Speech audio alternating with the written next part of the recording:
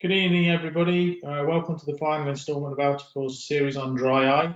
A few housekeeping things first of all. On the last couple of events, we had quite a few people not complete all the polls, which means that unfortunately they may or may not get their CET. So if you can make sure you do answer the polls as we go through.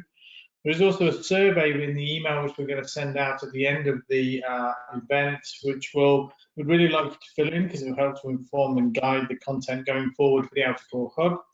Then finally, on behalf of Alticore, I'd like to thank Keo for his input and insight launching the Alticore Hub and also these webinars. We look forward to working together again in the future. And with that, I shall hand you over to Keo. Fantastic. Thanks, David. Let's go. All right. So it's, as David already said, and as you already know, I'd like to thank Alticore for asking me to be here and give this 3 series of lectures. Part 1 and part 2, as you know, was covering dry eye and, entry level up to specialty clinic. But once you've got ready for specialty clinic, what you've got to do is kind of make it work. And so what we're going to do today is talk about really dry eye disease and how to create a successful dry eye clinic. But the model we're going to use and the model I've tried to base it on is that really you should be able to use that model to make any kind of specialty clinic. So I just want everyone just to be aware that although we're using dry eye as the model, we can very easily use these same principles within other aspects of our practice and how we work. So ever so quickly, for those who have not been to either of the first 2 set of lectures, my name is Dr. Keo Patel. There's a little bit about where I have been, graduate of City University, bit of time in the States, a bit of time collecting letters, clinical director currently at Tomkins Knight & Son, world famous Tomkins Knight & Son optometrist in Northampton, award-winning practice. And I do a bit of Instagramming and a bit of tweeting with Optomageek. It's usually at this point where it's good to just mention any kind of financial disclosures. These are all guys that I've done work for in the past, either as a KOL or a bit of lecturing, bits and pieces that I do to get me out of the testing room. And obviously, I'd like to thank again Alticore, who's been kind enough to ask me to talk to you guys today. So for those of you who missed the first 2 lectures, we did part 1 about 4 weeks ago now, and then 2 weeks ago we did part 2, and here we are at creating a successful dry eye clinic. I've also been asked to do some housekeeping by Jane, who looks after this for us to make sure that everyone gets their point. So let's stay alert. 50 minutes you want to stay on this if you want your CET, and you want to complete the polls. I just wanted to correct David slightly. I don't think you have to get them all, David. Jane was saying you have to get 4 out. You have to do 4 out of 6, and I'm pretty sure I have 10. So it's 4 out of 6, 8. So it's fine. So you want to do 6 out of 10, just to make sure you're getting your CET. Otherwise, you're not going to hit those markers. So we're going to start off with a poll. Go easy. Get everyone in the mood, and we're going to go with, where do you work? Okay, so you could be a student. Are my audience independent, multiple, hospital, other things? So let's go with first poll, please, David. Thank you.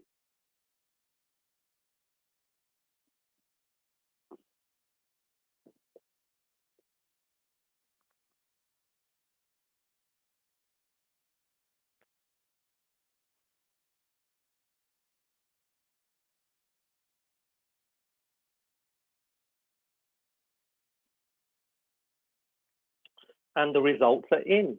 And we are predominantly independent, which is great. That's where I work. I've got quite a bit of experience in that, so that should be good. A couple of students, welcome. Good for you.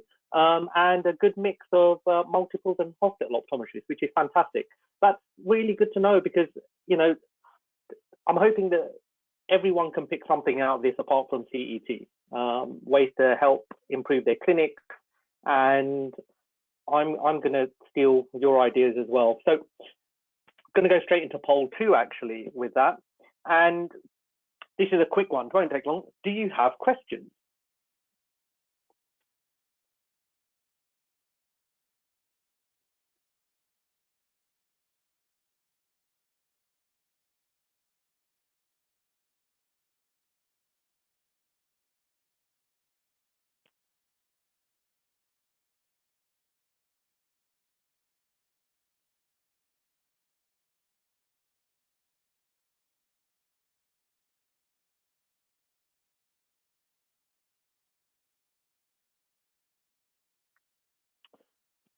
Okay, so 25% of people, we want you to ask away. For those of you who are just watching and just looking to pick up hints and tips, that's fantastic as well.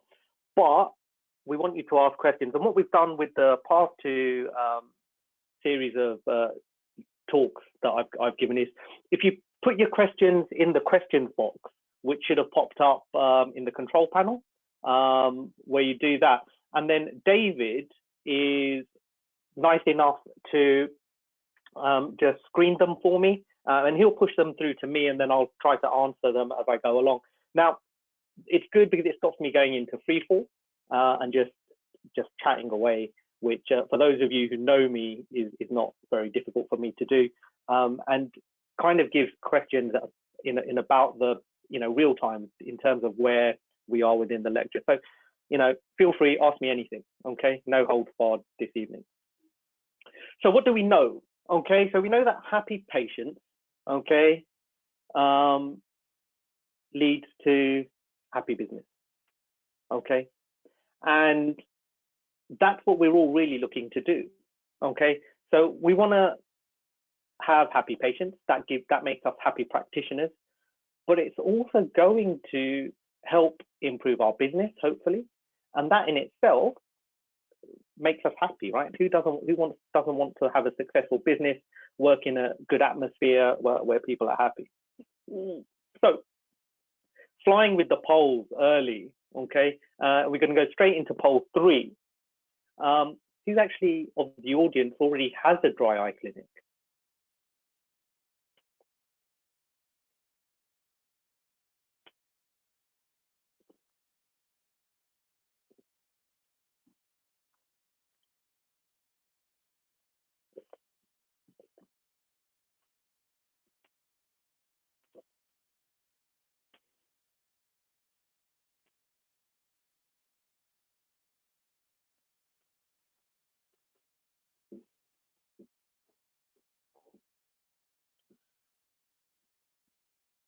Okay, so we've got a good proportion of the audience here who hopefully, after this is finished, if not even looking at a dry eye clinic, can look at other potentially other clinics where they can improve and help create specialty clinics within their services or where they're working.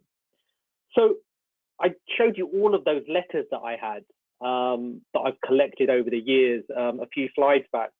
And so what you guys need to know is that I'm not a, I don't have a, of my letters, none of them is a business degree or business, any kind of finance degree. So what I'm going to be sharing with you and what I'm hoping that you guys take away from this is all real world stuff. This is stuff I've picked up, having worked in multiples, having worked in independence, having worked in hospital settings, working abroad.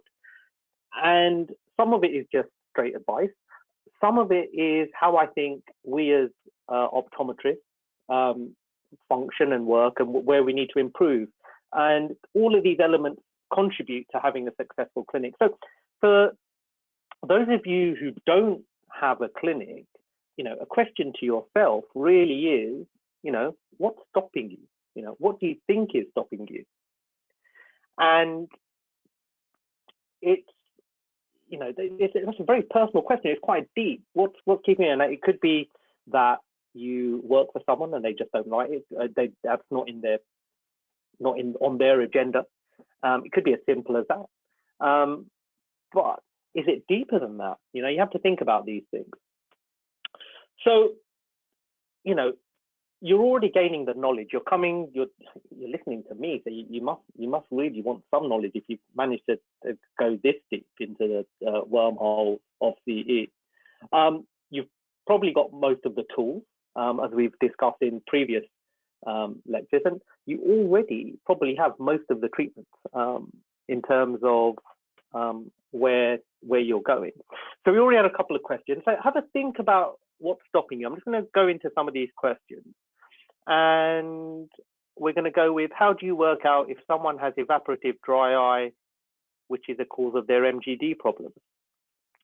So that one really is covered in lectures 1 and 2. You know, you need to do the workup. Most people, as we know now, don't have predominantly evaporative or aqueous deficient. It's usually some element or combination of both. What you've got to really try and figure out is how much is A and how much is B. What you will have seen from the G2 management pathways is that essentially the treatments at lower levels, at entry levels, are all really the same. You know, evaporative, oil's rubbish, not coming out. Aqueous deficient, not enough water. You know, that's what it boils down to. And you have to do that with assessment. And you can't do that. You can't guess your way through that, unfortunately. Do you like the use of liposomal sprays to help fight dry eye? Yes, why not? Liposomal sprays are good. They have a place within the market. If they didn't, people like Optrex wouldn't pump millions into investing in buying out that technology, which is essentially what they did. Optrex didn't invent, you know, what do they call it? Optimist, do they call it? They didn't invent it. They bought out someone else because there's good science behind it, and it works in the appropriate place. What are the best ingredients to have in a dry eye compound? Dry eye compound, I'm assuming you're meaning artificial tears, and part of that is going to be to do with whether it's meibomian gland, whether it's evaporative or aqueous. The key ones that you see from the manufacturers at the moment are hyaluronic acid. Everyone likes hyaluronic acid, and there are different levels of concentration of that. And then there's some stuff that are just variants, like the paraffin oil, paraffins for something thicker, the carbamers. This is where it's really good to build good relationships with your reps, because they'll tell you what they're using. We have one drop where they have a tamarind seed polymer implied. You know, you've got some of the products which have random cactus extract. You've got to look at it. What do I like? We're big. We're big. We don't just use one brand. We use different brands and we alternate depending on what we think. Okay. How do nighttime gels compare with drops during the day? We use and like Hydromed and Lacrofresh. They are both good products. You know, nighttime gels are meant to be thick. They're meant to be gooey. And if you've got someone who's using a nighttime gel during the day, they've got severely dry eye. Again, Hydromed's are actually really nice product. We like that. Lacrofresh is nice. It has a good range of hyaluronic acid, as do the Alticor products. They come in different concentrations. So depending on how thick you want your drop, you can go with that. There we go. Next one. How to introduce specialty clinics in a very NHS area where patients expect everything under the NHS. So do the GPs. So that's a hard one, and you have to be brave, and you do it. I think, and one of the things we do, and I'll come to that in a minute, it comes to money and the assumption that people won't pay for stuff. Okay, sometimes we get a bit protective over other people's wallets, and I'll get to that. I've got a few slides that get around to that, and how we think as optometrists, as medical professionals. I still find it challenging to diagnose the various types of dry eye. Can you please give us some pointers how to gain confidence? You guys need to watch lectures 1 and 2 because that's huge, and it's not fair on the guys who've watched it already for me to repeat that. But do check it out. Get the JEWS report, JEWS 2 report, get the app, read the papers. It's easy. Where can you buy Optiomel Manuka honey drops from, i.e. which company sells it in the UK? We get it from Butterflies, I believe. I think Midoptic might have it as well. For patients with mucus fishing syndrome, what drops do you recommend? Mucus fishing, so you want acetylcysteine, really, steroid. So you want to be on IP, throw my IP plug-in. Should we treat dry eye by finding the cause and not always treating the symptoms with dry eye products? Yeah, but that should be everything, right? No point putting a bandage on it. You've got to find the cause otherwise. And dry eye is chronic anyway. Even if you find the cause, you're not going to fix the dry eye in itself. And can you tell me more about the type of tears seen? Oily mucus frothing. What does each these indicate? Lack of what in their tears? So again, beyond the scope of this lecture, this one's more about practice building. So I'm going to skip that one and refer you guys to the videos that we've already done to do that. So if I haven't answered your question properly, I apologize, but I want to try and keep it on track with what the topic of the lecture is. So interestingly, we spoke about NHS and NHS services, and that is the elephant, right? Money is the elephant. And that leads me very quickly onto poll 4.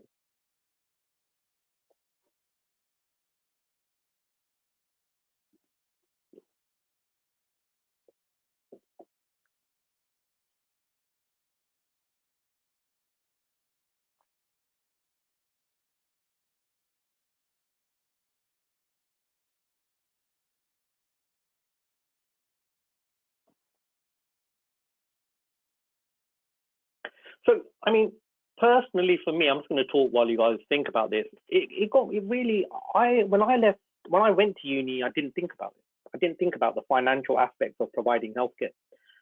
When I left uni, I didn't think about it. And I don't remember, and for those of you who are at uni with me, there we go, 60% yes, 65, 35, 65% yes, 35% no. So the majority, right? That's more than the Brexit vote in terms of differentials. You know, we do think about it. When I went to uni, like I was saying, I don't remember thinking about, yeah, I wanted a good job and I wanted to earn a good living, but I didn't think about the economics of medicine, right? Economic of healthcare. And it took me a long time to actually even understand how the NHS works, okay, in terms of how they do things. And that got me thinking. I was like, right, I wonder if there are any papers out there that find out what medical students think about, you know, in terms of the economics. I really couldn't find anything. I struggled, but I found this really nice paper. Okay, and it's kind of, it's got a nice title, Medicines and Money, Friends and Foes. And if you get a chance, have a read of it. It's got some good concepts in there and some good bits which I would recommend anyone read. But the author makes this really, really, really valid point. And I'm going to read it. I don't often read my slides. I try not to. I find it boring because you guys can read. But physicians are not called to a life of self-denial, poverty, and destitution, as others may be tempted to suggest. The service of patients and the honest reward from one's labor are not incompatible. So you shouldn't be concerned. You can be concerned about charging people. All right, that you know, I would suggest most optometrists go into, or even medics, go into medicine to help people. That's what you want to do, right? But you are allowed to earn a living, and if that living involves having to charge for certain services, then you shouldn't feel bad about it, and you should never feel bad about it. We are very, very lucky in the UK. We are extremely lucky that we have these guys. Okay. And it's, you know, COVID has brought out these NHS heroes, but for those of us who work in the medical profession, you know, these guys here were here before COVID. These guys are going to be here after COVID. When we have a patient who we can't manage, if we have a patient who can't afford our care, we are fortunate enough that they can rely on these services from the NHS. So money is important, and money will have a factor. So you know, so I've got something to tell you, right? And Don't be ashamed. Yeah, show me the money. Why should you not get paid for providing a good service? Okay, and so don't worry about it. And I know this. My age comes out a lot when you see some of the gifts I choose, but there's no harm in getting paid, and you shouldn't feel bad about it. So I will be honest, I never thought I'd be quoting Kanye in a lecture, but he makes a very, very valid point. If you read that quote, right, you need to know your worth, because people will make you think that you're doing, they're doing more for you than you're doing for them. And we've all had that patient who's kind of semi-threatened you with, well, if you don't do what I want you to do, I'm going to walk. Okay. You know, they think that if they leave, that your business is going to collapse. What they don't understand is that's really, really probably not the case. Okay. So what we have to look at is price, and we have to look at value, which are two very, very important concepts when creating any kind of specialty clinic. So these are my boys. Okay, number 1 on the left, number 2 on the right, and it's interesting here. Price is what you pay, okay, but value is what you get. All right, that's Warren Buffett. They're not my words, and that's really important. And when you look at family, when I look at my boys, I think, oh man, these guys are expensive. All right, they have classes, they eat me out of the house and home. The little one's an absolute monster in terms of food. You just eat non-stop. But what I pay and the value I get out of it are two different things. So you want to bear that in mind. And you want to think about what you've invested. I never ever thought I'd have Kim in a presentation as well, but Kim and Kanye, you know, recently separated. But it's you as practitioners have invested time. Okay, and you can't put financial, well, you probably could if you sat down. Some stats man probably could, but you've taken the time to learn. You've taken the time to train yourself. You create assets. You listen to your patients. You assess your patient. This all takes time, and that is what you've invested. Okay, so you went to optometry school. You got yourself a degree. You get registered, and you pay someone to police you. You get insured, so that when you're getting policed, if you get sued, you're covered. You get bored, you go abroad. You come back, you get a few more letters. You get a bit more qualified, you get a bit more qualified. You do some other courses. You know, you find somewhere nice that you want to live. You know, beautiful views. You end up working in a lovely practice with a great team, and you know, this is where you're at, I would hope, whether you're multiple independent hospital, you're somewhere where you want to be, working with people that you like to work with. And that has taken time. You know, this is not, unless you're very, very fortunate, this has not fallen at your feet. And you're here, you're taking the time to educate yourself further. So you want to bear that in mind. You need to think about that when you're creating your pricing structure, essentially. So we're going to go into another poll. Who does regular team training?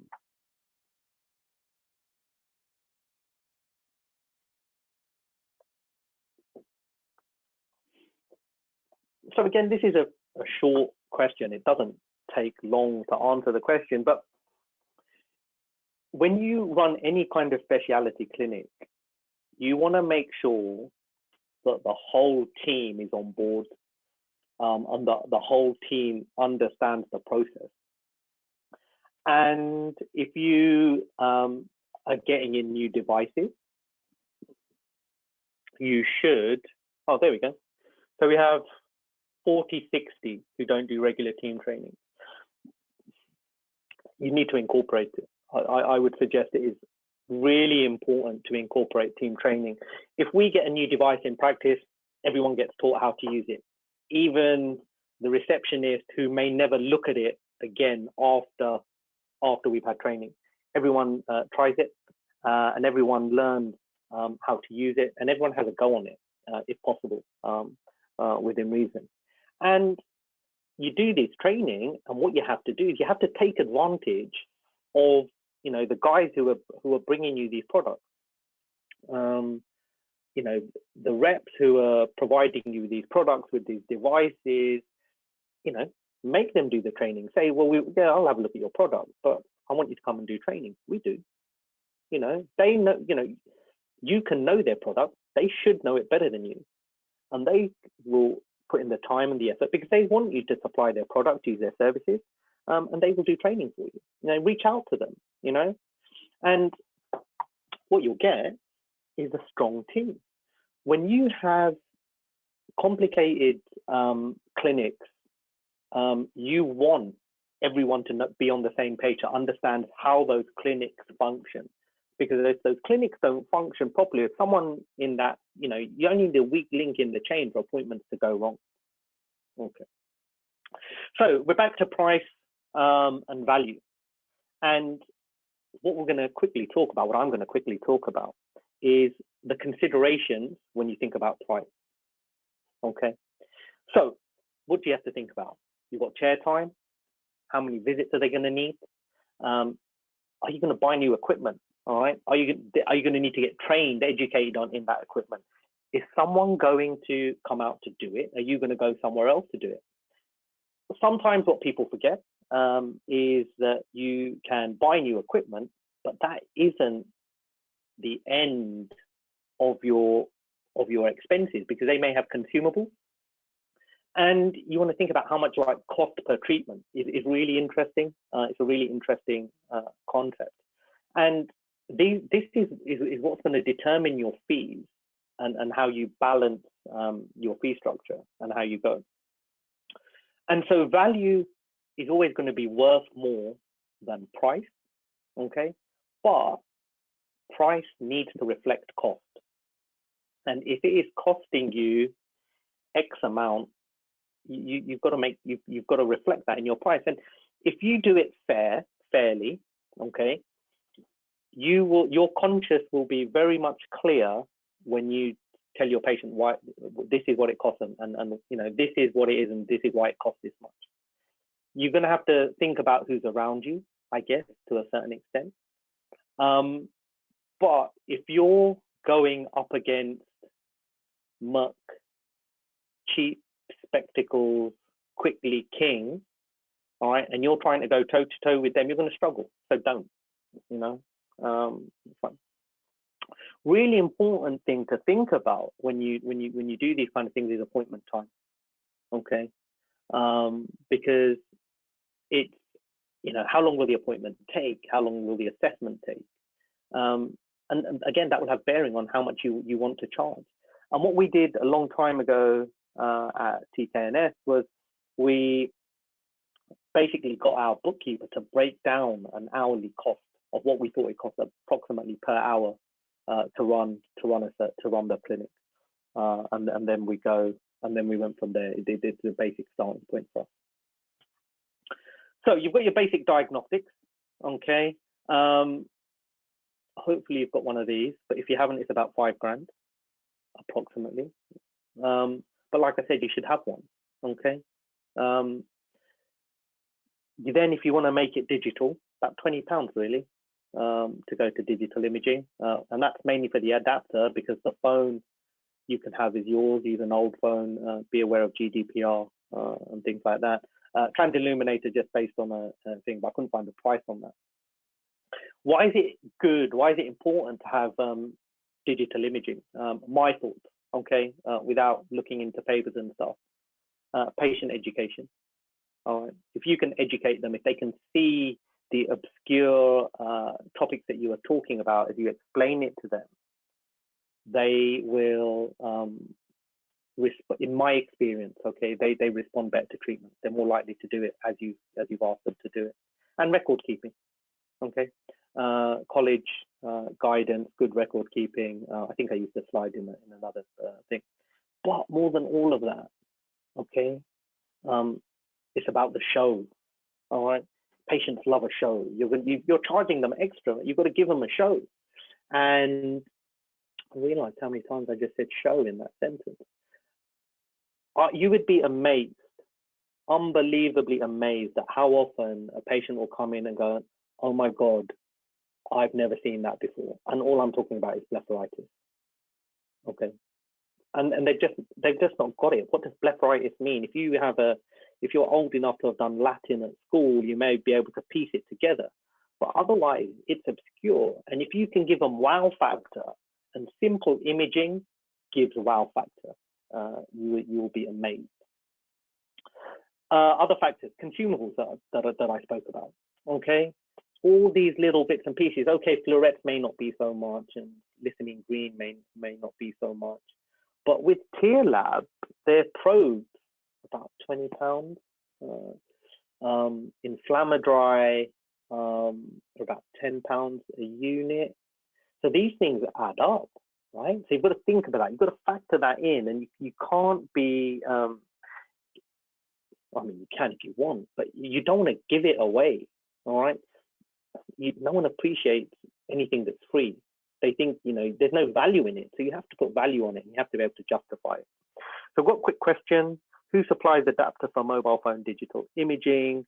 The one you saw there was on Amazon. I don't know if you got a little plug to my friend Hamza, who's at the Crazy Optom on Instagram. He uses Amazon. He didn't pay very much for it, but there are some better quality ones out there.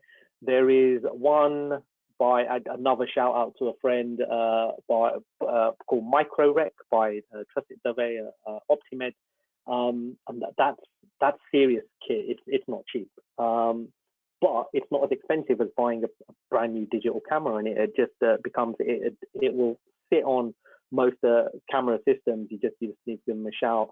But Amazon is the entry level point, I would say, for that. And then things like plugs, if you're going to put temporary plugs in, you want to think about how much that kind of thing will cost. And talking about plugs, there's a question about plugs. Who does fit plugs?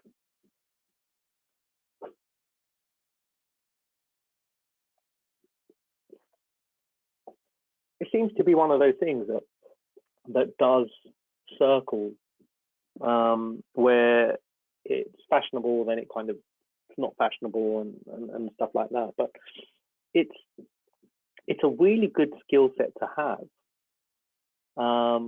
because it's not hard, and it will make you look a lot better than a lot of your colleagues. No offense to I don't care, offense to your colleagues or not, but it's not hard. It's just like threading a needle. It just takes practice.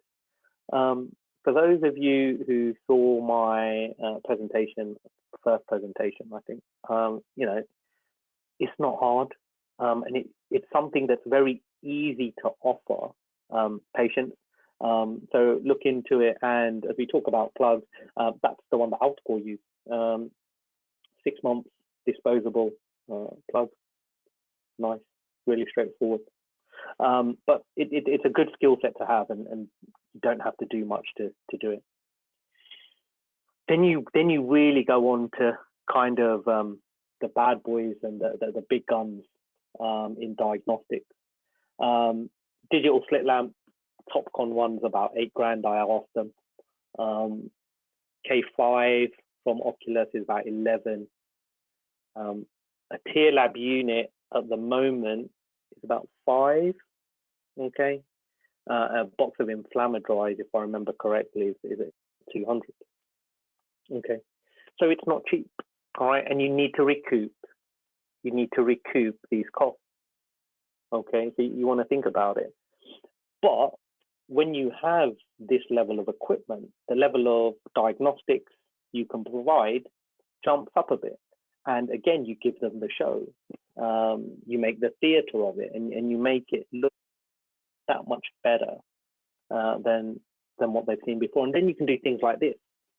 And I do this quite a lot, but I still look at this and I think, oh wow, that's really cool.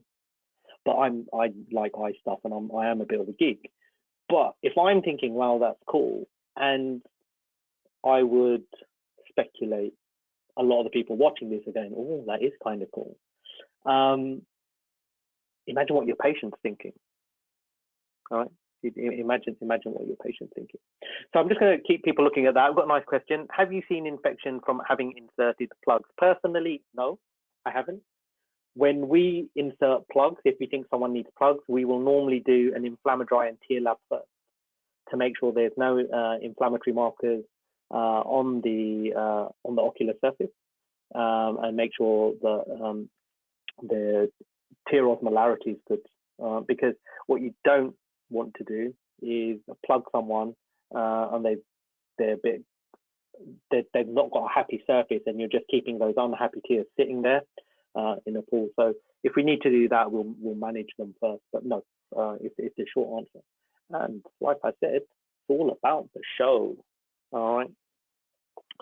But what do you want to think about? You know, when you invest, if you're going to invest 11, 12,000 pounds in cash, is can you do something that multitasks? All right. So if you have a dry eye piece of kit, and that's an empty slide, you want to think about can it do more than just dry eye? So you want to think about the cost. Okay. You really want to consider footprint. Okay, because that will have bearing depending on how much floor space you have. And like I said, multitasking. All right, they're good things to think about. A lot of these devices are designed to be multitask because they were originally something else, and someone's modified them. I'm just going to go to the next slide, and then I have another question about plugs. So I'm just going to go to that one there, and that's what you can do. All right, all these interesting things that then you develop into other specialty clinics. So I'm going to launch the next question, and then I'm going to I'm going to launch the next poll even, and then I'm going to try and answer this question that just popped up. It's quite long. I'm going to have to read it. So bear with me just a second. So we're going to launch the poll, David. The guys can have a look at this. And the question is, in terms of fitting punctal plugs, how do we feel if the pH of tear's ocular surface has been altered, i.e. salty? And would punctal plugs be contraindicated? If we don't have inflammatory markers available, how do we know if they're suitable for plugs? So what I would suggest is that if you are you have tear labs, if you don't have Inflammadry, you really just want to have a good look at the eye in itself, make sure it doesn't look red, make sure it doesn't look inflamed, and then get the patients back for a quicker review. All right, so you might put a 6-month plug in, but you might want to put a shorter plug in first. If you can do punctal plugs, then the other one that goes hand in hand with that is lacrimal irrigation. So if you need to flush a plug out, you need to flush a plug out.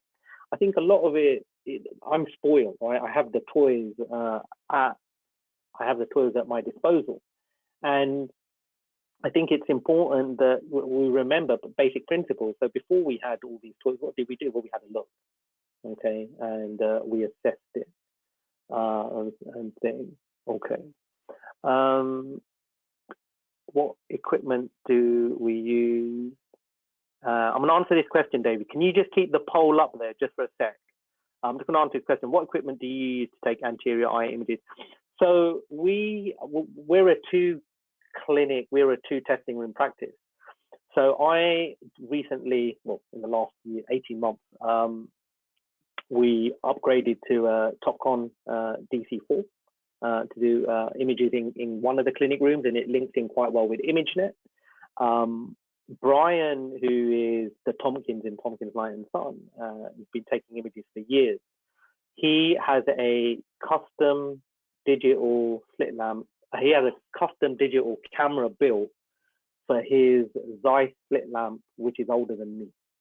I mean, this thing is ancient, but it's so easy to take images now. You can. I've been in glaucoma clinic and I've held the camera up to the eyepiece. It's a lot easier if you've got something to hold it up. So anterior segment imaging now is not a big thing, I don't think, in my humble opinion. So the question was, who fits complicated contact lenses?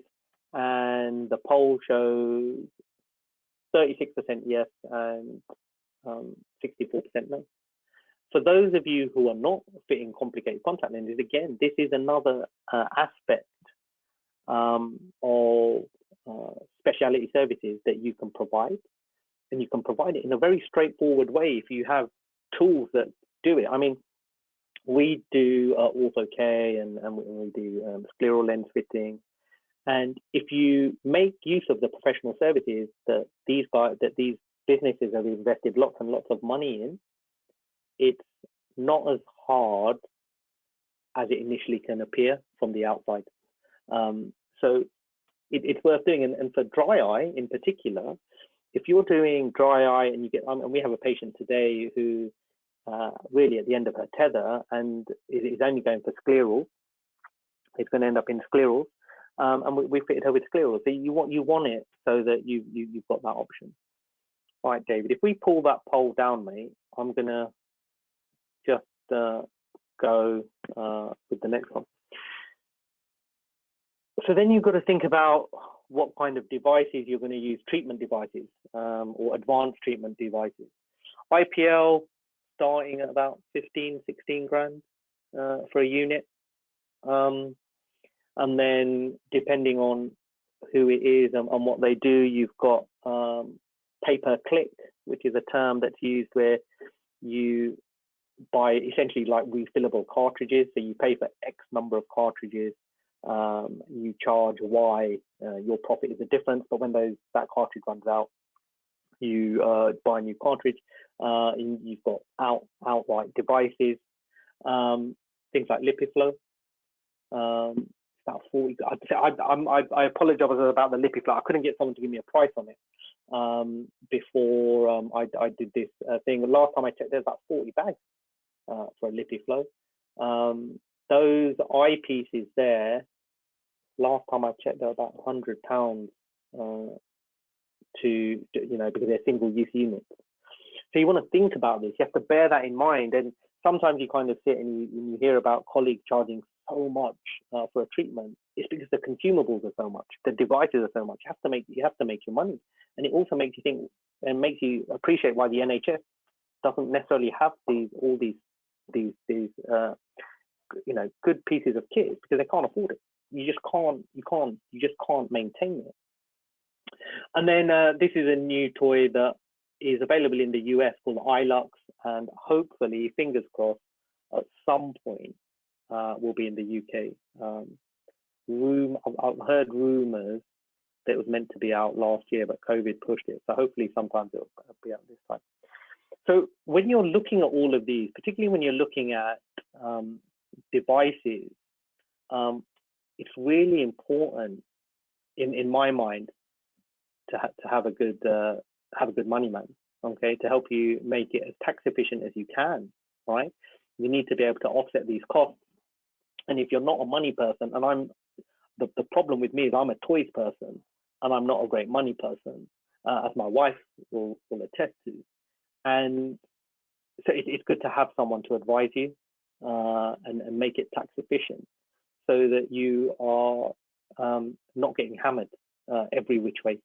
Okay, and then that again brings me back to appointment time. So we've just spoken about different types of appointment, and one being diagnostic and one being management. Your appointment times are going to vary, so you want to try and factor that in. And initially, it can be hard to figure it out, particularly if you don't know what tools you're going to have. But you want to make it flexible. You want to make it flow. You will always have some patients that you kind of like that will let you have that you can practice on. You give away a couple of treatments free to get used to it. And that leads us into poll 8, which is who's still using paper diaries?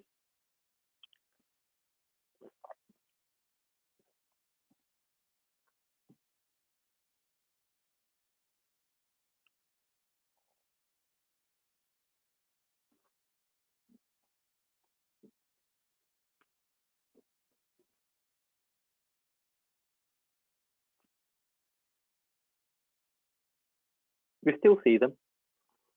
I have seen them. I would like to think that most people are heading away from paper diaries at the moment, but there are definite, I mean, there's pros and cons to both, but let's see what the answers are. Good. Excellent. So we're only at 16% on paper diaries, but those of you who are already using electronic diaries, you know, it's so much easier to then organize clinics. When you've trained your team to know that a dry eye appointment, if you tell your team that a patient needs a dry eye appointment, all they have to do is book a dry eye appointment, and then the pre-loaded time is already set. They don't have to think about it. Otherwise, it becomes complicated, right? You've got dry eye assessment, you've got dry eye follow-up, you've got dry eye review, you've got a drops review, you've got a lid hygiene review. And it will help just make it easier, improve the flow, because it gets complicated, and that's how you get your awesome team. You get your super team. Okay, so I'm going to let that run because that's what I like. You know, who doesn't like the Avengers? Okay, and we've got a couple of questions. When should we consider IPL? What is the ideal patient clinical signs? That is a series of lectures in itself. Personally, in our practice, we will do all the stage 1 management first, and if that doesn't work, we'll start to offer IPL. What we look for is telangiectatic blood vessels along the lid margin. Port meibum secretion is usually a good indicator to go for IPL. If they've got quite inflamed eyes in terms of inflammatory, but we have tried to make a structured process of it. So we'll go through stage 1 first, and if they say they're doing it and we're getting no improvement, then we'll step them into IPL. Will be our next choice of management. Which is the best contact lens for dry eyes? Well, this could get me in trouble. There are a lot of very, very good contact lenses for dry eyes at the moment. Extremely good contact lenses. From personal experience, so this is based on what we have done, what we have seen, not on who I've worked with and worked for in the past. We've had a lot of really good results with Dailies Total One from Alcon. And we've also actually had really, really good results with the Sapilens Fusion product, One Day Fusion. That's the one with tamarind seed polymer within the coating. Both worked really well for us, in total honesty. And so, you know, they're products. Yeah, and sometimes, and weirdly, I don't know if it's meant to be, I had this conversation with a patient, dry eye patient this morning who I'd fit in Dailies Total One, and I went, again, this is where we as practitioners kind of take control or become the guardians of the patient's wallet. Okay, that's not our job. Our job is to offer them the best care and the best potential solutions. And it's not like they have to buy 30 days. Give them a trial. Let them go. Let them see if they like it. If they like it and they can and they wish to invest in it, they can. If they don't like it, what have you done? You've given them a trial. Interesting. I don't know if this works as an analogy, but I said it to him. It's like, you know, smokers find the money to get their cigarettes. You know, if you really, really want to wear your contact lenses and your eyes are dry, people make it happen. And you can't beat yourself up over it. Okay, so you've done all this, you've given them diagnoses, you've given them a management plan, you've given them some treatment. You've got to give them the product, right? So I would suggest, if you are recommending a product, you stock it, all right? Because that way, when they leave your room or when they leave your consultation, you are putting the correct product in their hand and saying, this is what you need. You know when you get to a dentist and the dentist says, oh, I'm going to do an x-ray, and everyone just goes, yes. No one says no. You're like, right, fine. And you just take the bill. You'd be surprised, because if you just say you need some artificial tears, they're going to go to wherever and pick up a product which is not necessarily anything close to what you've recommended, purely based on pricing. And so you want to look at that. It's very often they're going to go for the cheapest product, which is not necessarily what you want.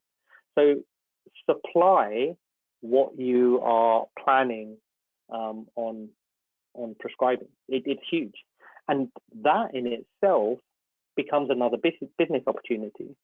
All right. So what we had during COVID, what happened with us was obviously lockdown one, when we were all told to shut, and most of us did. We couldn't. Patients wanted drops and stuff, and so it really forced us,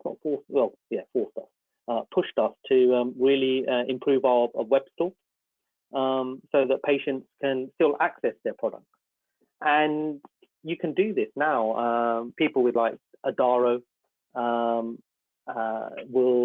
you can automatically ship dry eye drops, Altacor dry eye drops. I believe Ollie was saying that Altacor and Adaro have an agreement where they will automatically ship drops to your patient regular intervals. Makes you look amazing. Patient doesn't have to do anything; it just arrives it just arrives in the practice, and that will drive loyalty. Okay, brand loyalty to you, and we all know that if we're loyal to a brand, we will stick with it. I'm notorious for it, but brand loyalty, it's huge.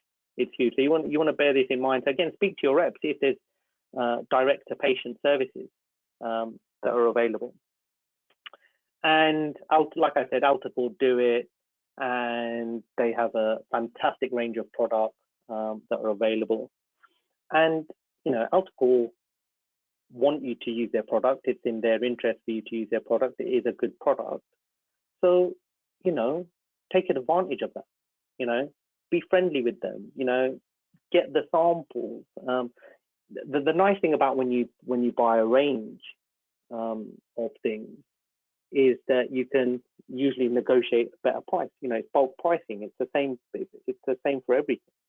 All right. Like I say, make sure you get samples, but you've got to build good relationships with your reps. Before I was a business owner, I was kind of like trying to avoid the reps. Didn't really want to talk to them. Now I love it. Make them something. They come in, we sit down, we have a chat, find out the latest product, and you build good relationships. And it's nice to build those kind of relationships, and just take it works in everyone's interest to have good relationships. Newest products come out and you get them. Got a good relationship with your rep, you're going to get it before someone else gets it. And it's worth doing that. It's worth keeping that in mind. So I've got a quick question because I like Homer. I'm sure I'll let you guys look at the next slide, and I won't even say anything. You guys know what I'm talking about because I'll harp on about it non-stop. But what are your fees in relation to dry eye clinics? If you message me that privately, I'm happy to have a chat with you. I'm slightly concerned that people get annoyed by things like collusion and things like that. And I don't want anyone getting in trouble saying that, everyone all of a sudden is charging X amount for their fees. We are rough ballpark. We're in excess of £200 for a dry eye assessment and one review. And then it varies. If you want IPL, it's another fee. If you come back and you need another lid cleanse, it's a separate fee. But like I said, I don't want to get into the realms of collusion and things like that. What's the best artificial tear product for smile stain for soft contact lens wear? I mean, I'm really curious as to why they've got smile staining in a soft contact lens, because you'd assume the soft contact lens acts as a bandage. I'd have to look at it really. As soon as you go into software, I mean, it's quite interesting. In the old days, you were really restricted if someone was a contact lens wearer because there were lots of drops you couldn't use. Now there are more drops you can do, but if they've got smile staining and they're a contact lens wearer, I'd be more curious about what's causing the smile staining. So I'd be looking at contact lens fit, looking at their lid margins. But again, off topic. Send me an email, drop me a message. We can have a chat about it. But there you go. That's my prescription pad. I spoke about this in my last talk and didn't quite get round to showing anyone because I forgot to put it in. And we know I'm going to talk about IP and how important it is and what a difference it makes. But get it, just go and get it. Okay, and that's me stepping off my soapbox.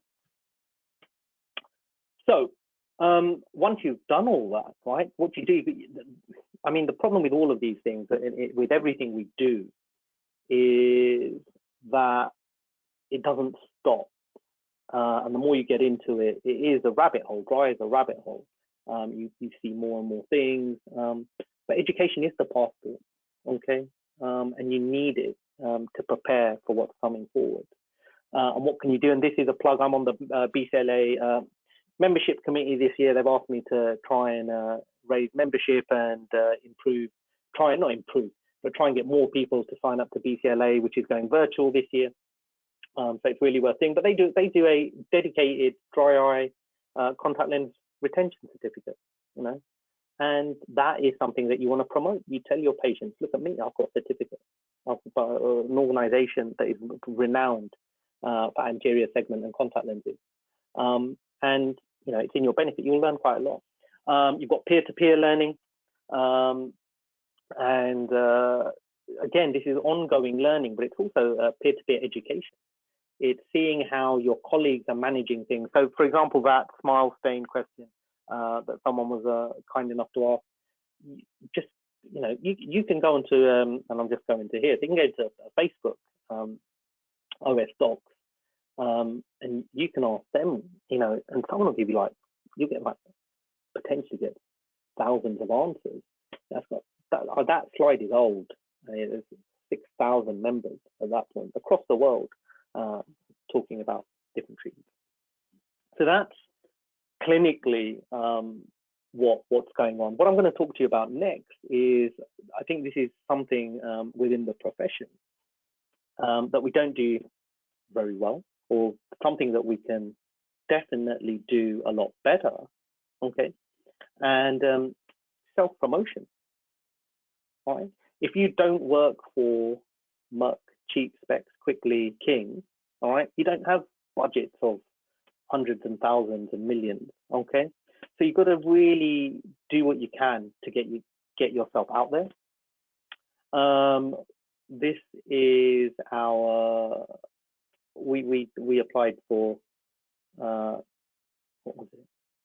Social Media Practice of the Year, was it? And this is it. And this was last year, and that's just our followers on Insta and Facebook and Twitter.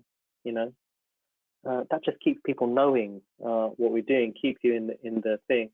You know, this is our website. You know, so people can search for us and look at and what we can offer in terms of specialist services. And this is a great quote that I'm a big fan of. It isn't bragging if you can back it up. Okay, so you have to be proud of the achievements that you have achieved, from getting your degree to getting further education to putting yourself above your colleagues, and you know, you make it. You've got to take advantage of that, because you're going to need that. Because we are very, very competitive, and we're in a very competitive market.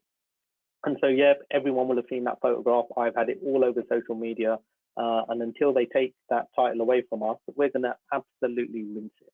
Okay, get yourself into local journals. All right, this is our local newspaper, Northampton Chronicle. You know, there I am. There's a picture. And all it says is we won the award. There's no point winning awards and collecting certificates and stuff if you don't get it out there, if you don't let people know that you've got it. Okay, you've got to differentiate yourself.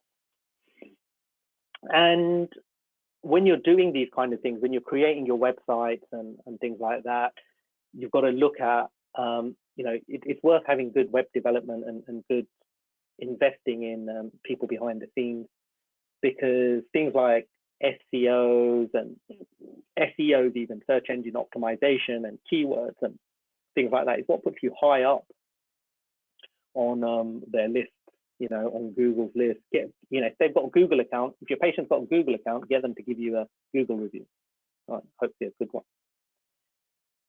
And that then actually leads us into a case record. So I'm going to fly through this. I realize I've just hit an hour and we've only got 30 minutes left. And I realize I don't want people getting too bored. So the reason I went from internet into this is because this 50-year-old lady found us on the internet. She had looked for us, and weirdly enough, had a patient last week who had her dry eye was she was so unhappy and uncomfortable that she Googled best optometrist, and my name came up.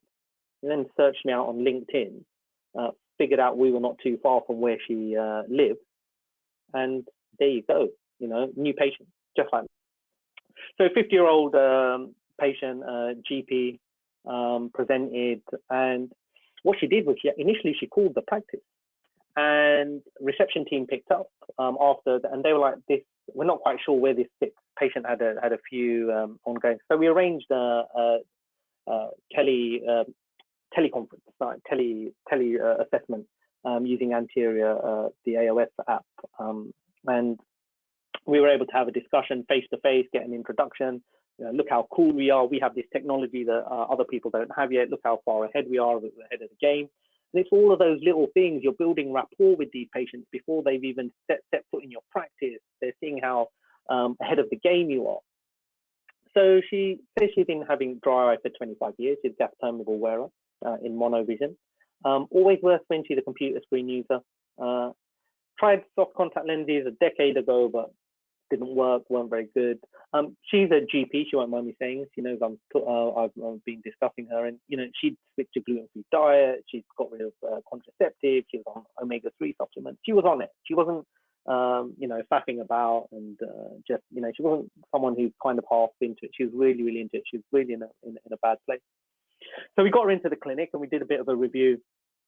So she'd been wearing lenses since she was 20, no real family history apart from grandma with AMD and glaucoma, taking lamotrigine to help her sleep, and moderate myope, presbyopic myope.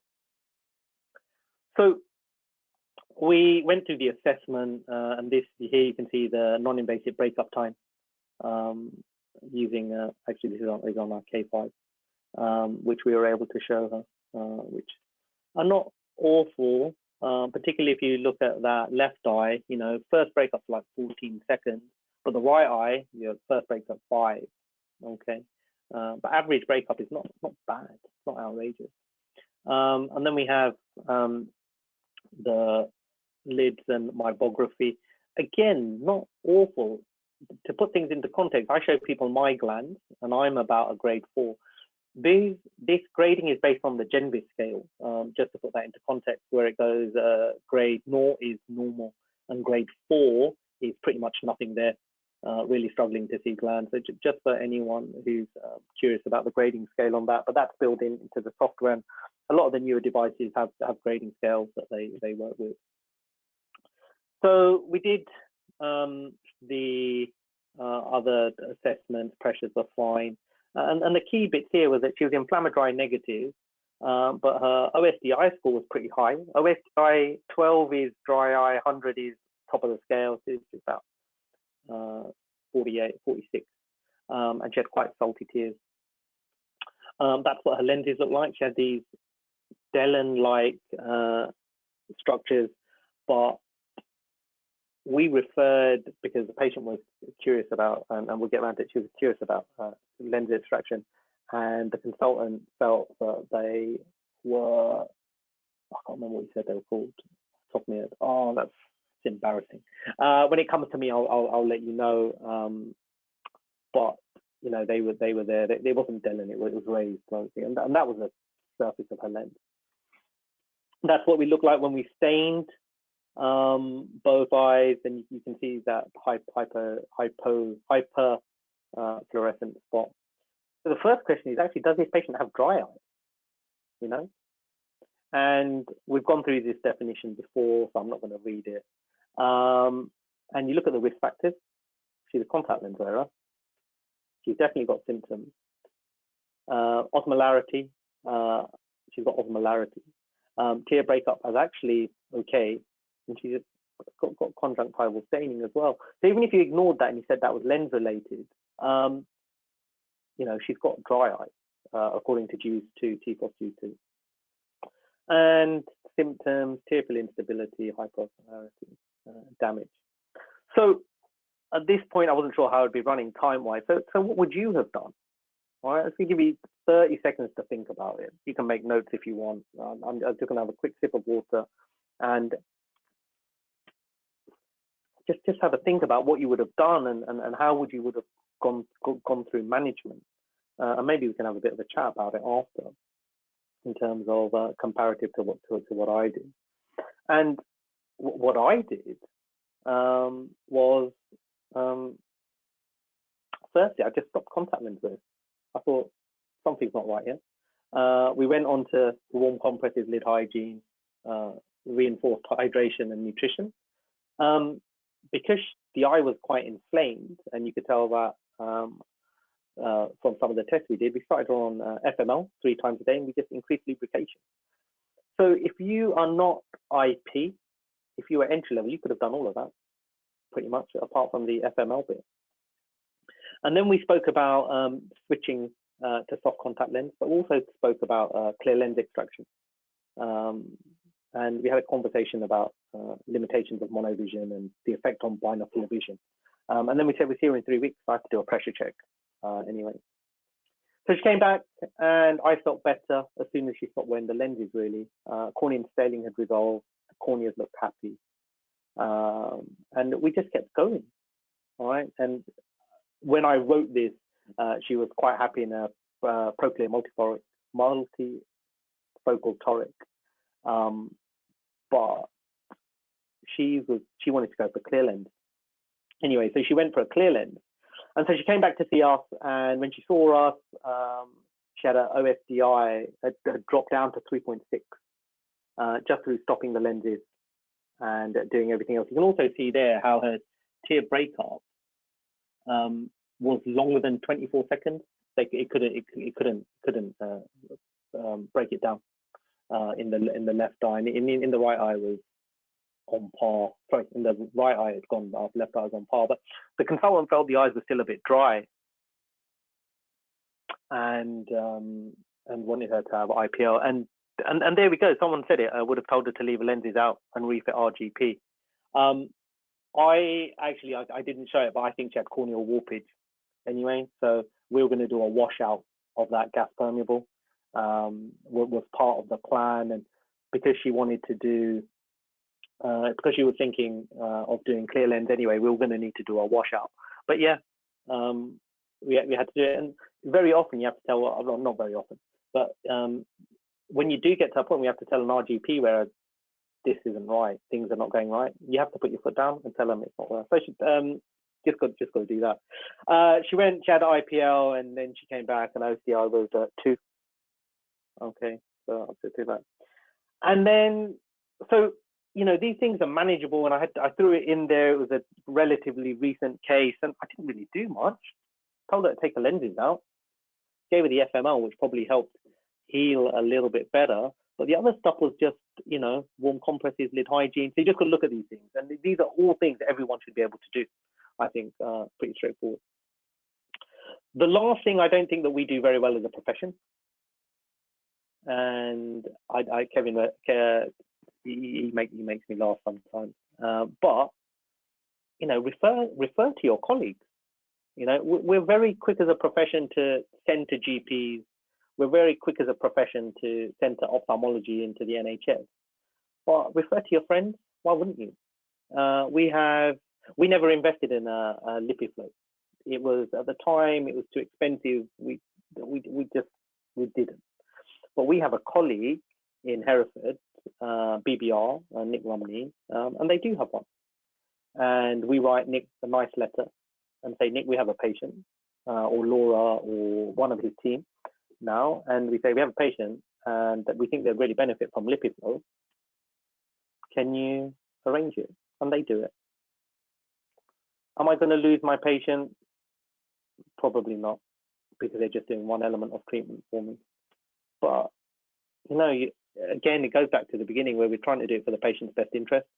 So, you know, refer to your friends, refer to your colleagues who, you know, you don't have to go, oh, we can't fix it, straight off to ophthalmology. So think about that. I think in America, they do it a lot better. They will have subspecialties who they refer to very, very, very quickly. And then that is pretty much it. So we're going to hit you with a poll to go with and give you a couple of moments to think about that and just reflect, I guess.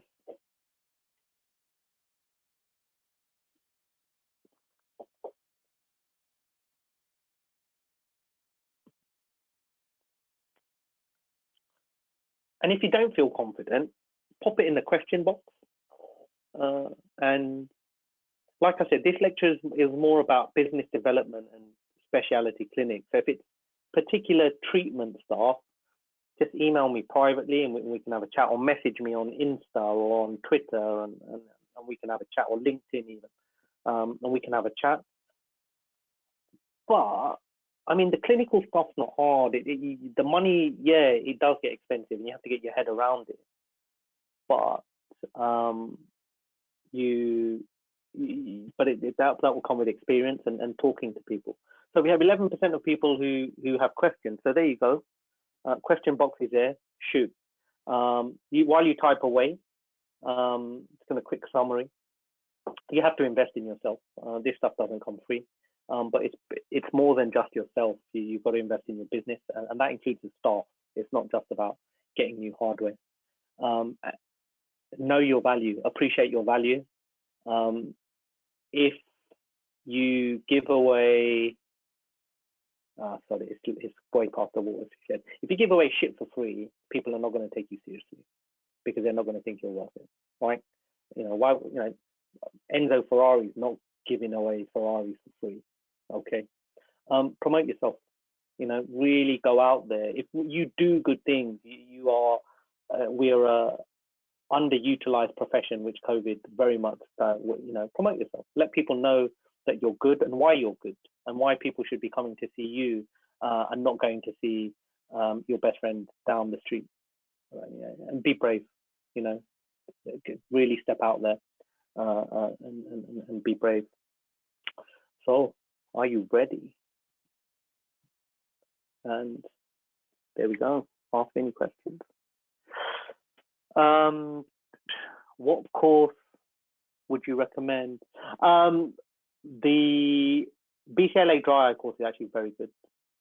It is very thorough. There are a couple of different ones out there. I don't, you know, sometimes it's just good to go to conferences. So OSI, Ocular Surface Index, usually have a conference once a year, which is really good. You know, reach out. You know, if you're members of BCLA, college, AOP, you know, they all have huge conferences. Reach out to them. Go, look, this is what I want to learn about. Get a group of your friends. Go, this is what I want to learn about. You know, this is where we need help.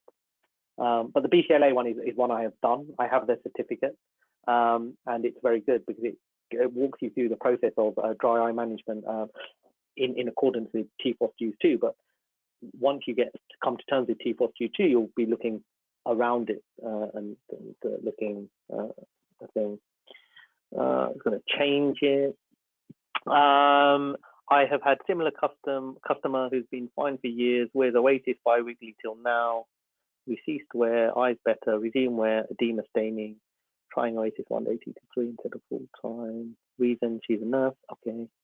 I've said percentage in the work, remove.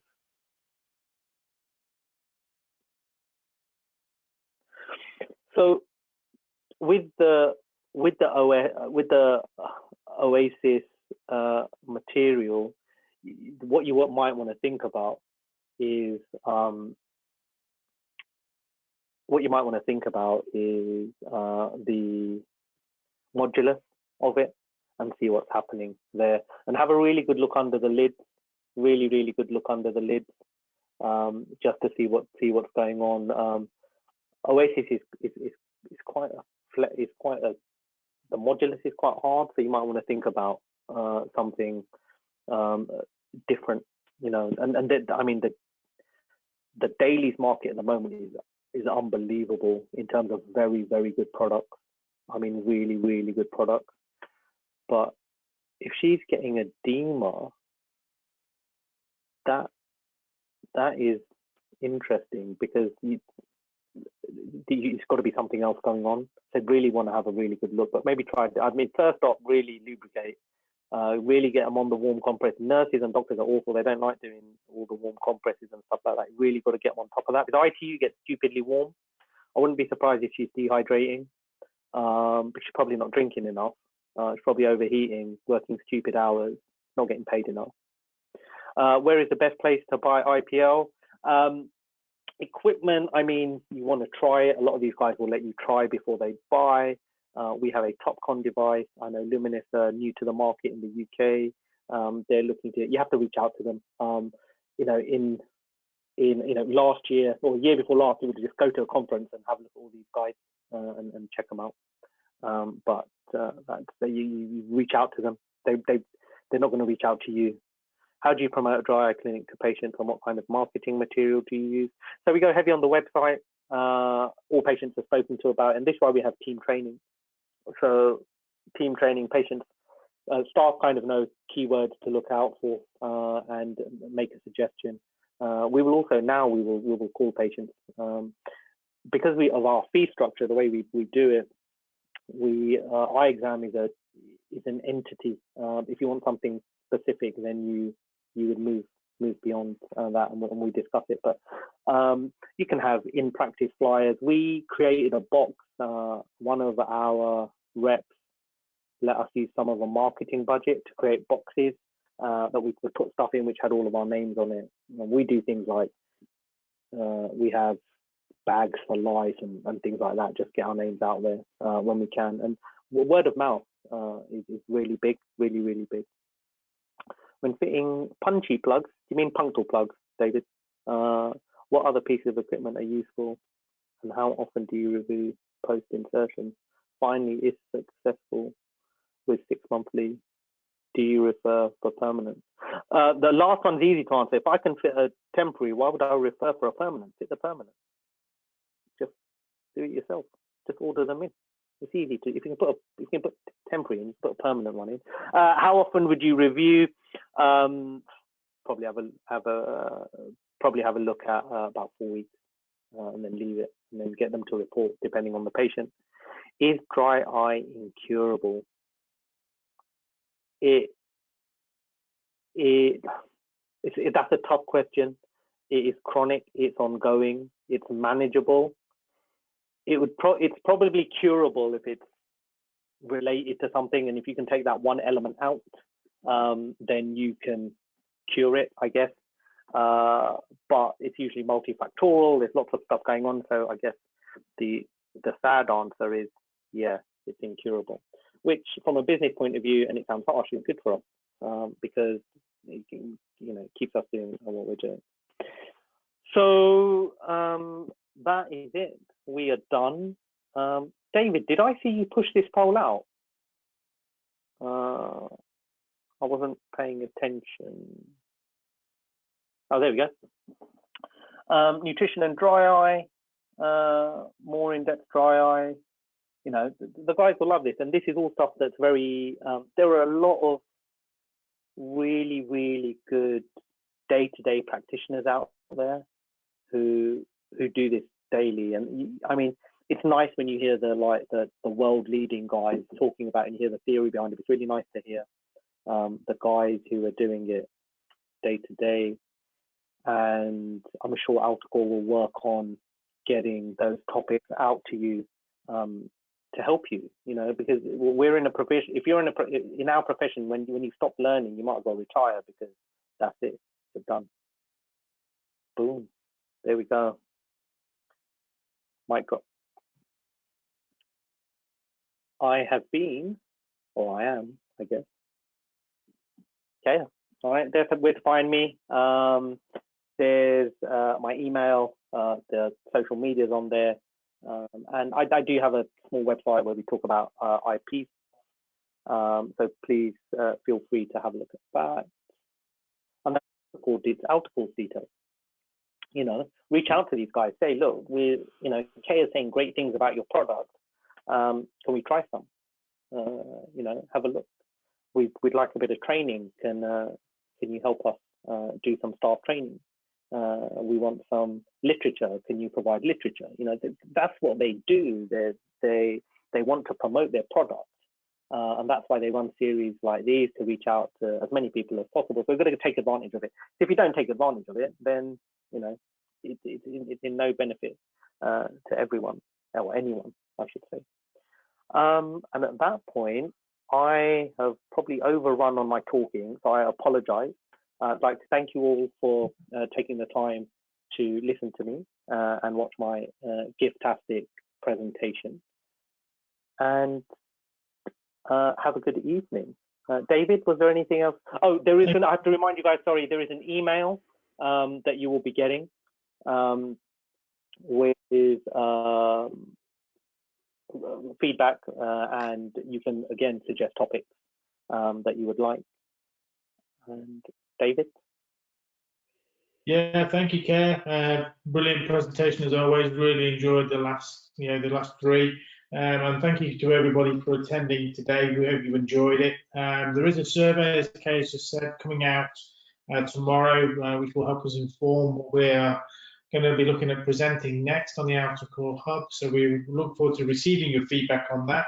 And we look forward to seeing you at the next event, and all relevant CE points will be uploaded within the next 10 working days. So any questions or queries, come back to us, but otherwise, thank you for attending. Have a pleasant evening and stay safe. David, sorry, mate. Before you go, before we close this, yes. Could we just, I've been looking on LinkedIn, not that I've been stalking Outer Core, but they seem to be getting a lot of people asking about where the recordings are. Could we make it a bit more obvious where the recordings are somehow? Yeah, the recordings are attached to the app, so you should be able to see the recordings on there. And also they'll be uploaded to their YouTube channel, which we'll be putting live through LinkedIn and Facebook next week. Fantastic. Thank you, sir. No problem at all. Have a pleasant evening, everybody. Take care, everybody.